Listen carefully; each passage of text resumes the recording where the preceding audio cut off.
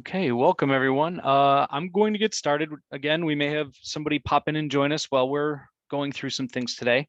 Um, so thank you for joining us for configuring the gradebook and transparency. I mentioned at the top that this presentation may not take the entire hour. There is I guess I'll call it a portion of this where it is helpful if you have two screens or if you're very good with split screen to perhaps be in a course that you would like to maybe sort of work with the gradebook a little bit today. Part of this workshop is definitely attending to some of what might be some of your specific needs. It is coming at it also from the Ultra perspective, so the Ultra Blackboard gradebook. So some things to keep in mind there. I actually will not be using much of the PowerPoint today, although the slides themselves I think are somewhere around 18 or 20 slides long, maybe a little longer. I'll really only be going through about the first 7 or so, and then doing a lot of sort of live demonstrating from an actual Blackboard course and walk through some of the things that I'll be talking about. So, as I mentioned, without further ado, if you do have a course, I do recommend signing in and sort of being ready to work in some things in there. If you don't, that's okay. Certainly unmute yourself or type questions in the chat at any time if you have questions. Our objectives today, I'll demonstrate some strategies for setting up your Ultra gradebook. If you are currently using Ultra for this semester, there are some things that you should be able to go back and do. If you're getting proactive information right now to set up for the summer or to set up for next fall, it'll certainly be helpful for that. So some, what I'll call some tips, and actually that's the first thing I'll start off with. We'll preview some potential roadblocks that exist and discuss some commonly used workarounds. Ultra Gradebook, Peter and I have had some conversations about that since we've started with Ultra at Damon, that there are some things that didn't, for whatever reason, the developers just didn't carry over from the original gradebook to Ultra. In some cases, we've been able to develop some not terrible workarounds for them. So we'll try to take a look at a few of those.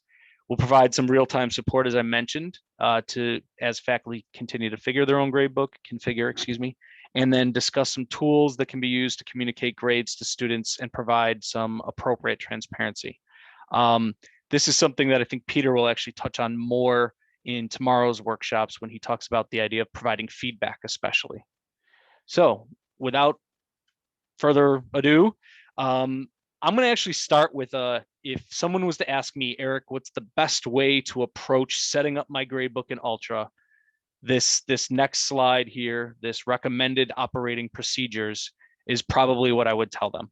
It doesn't mean it has to be done this way, but I've found in the courses that I've built and the things that I've set up that if I follow these steps, these order of operations, that it's easier to work with the gradebook. Things are more organized and they flow a little bit better, a little bit smoother. So the first thing I would recommend in the gradebook itself, going to the gradebook settings, which I am going to demonstrate all of this in just a moment, going to the gradebook settings and setting up both your categories and rubrics.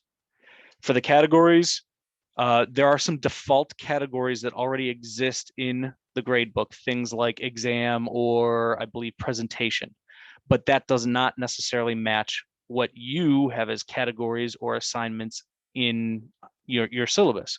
So there is an option to create a category, and I highly recommend creating categories that match what's on your syllabus. Rubrics, same thing. If you've taken the master course template and had it copied into your Ultra course, for example, there's probably 2 rubrics in there, one for discussions and one for reflections, which you can certainly edit and manipulate to suit your needs. But obviously, we know there are other rubrics out there that you may be using for projects, research papers, short answer replies, whatever they may be. So I would also recommend, before you really start building any content, to build those rubrics first. And a little caveat to that is rubrics in Ultra currently are not based on points. They're either based on percentage or percentage range. And we'll take a look at that in a little bit as well. The conversion, the mathematical conversion, isn't terrible to do if you already have a rubric based on points. and we can certainly, anyone from our office can help work through that with you if you need that. My next step after you've created your categories and rubrics would be to create at least one item for each category on the content page. So if you have, I'm going to make this up, let's say you have 4 categories. You have discussions, exams, quizzes, and research paper. And obviously, maybe there's, for discussions, maybe there's 15 of those, and there's 7 quizzes and 2 exams and 1 research paper. On the content page in Ultra, I would recommend create those items. They actually don't even necessarily need to be fully fleshed out. Just create the idea of that item and tag it to the appropriate category. The reason I say do that next is because it'll come back to actually setting up the overall grade calculations in the grade book. If something hasn't been tagged to a category, you won't have it as an option to actually fill in how much it's weighted in the class in the overall gradebook settings. So at least having one item tagged to it on the front end will make that category appear so you can then manipulate the settings. Then I would set up the overall grade, which again, I'll swing back to here in a little bit. You have 2 choices with your overall grade setup. First, item weights. Item weights, I would say, are typically used when you only have a few gradable items throughout the entirety of a course.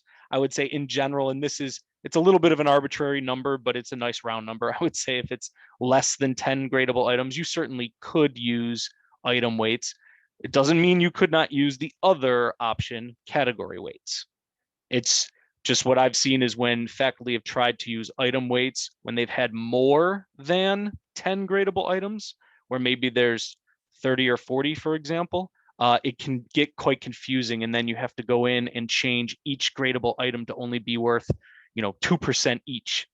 But on the math, it really should be 2.3, but Ultra Gradebook doesn't let us put in a 2.3%. So we'll have to round to the nearest number and bump something else up or down. And so my rule of thumb is if you have less than 10 gradable items, using item weights will probably work. Anything more than that, I would recommend using category weights. So some other caveats and tips. First caveat, you cannot mix item weights and category weights in the overall grade setup. Unfortunately, you need to choose one or the other. And what I mean by that is you couldn't say, I want to create one category that's homework, so I can just tag all my 15 homeworks as that category, but then I want just one exam and I want it to be an item weight. You'll also have to tag that exam as a category. So it'll probably be the only item in that category, and this will make more sense in a moment when I demonstrate. But unfortunately, right now, Ultra doesn't allow us to use a mixture of these items. Discussions.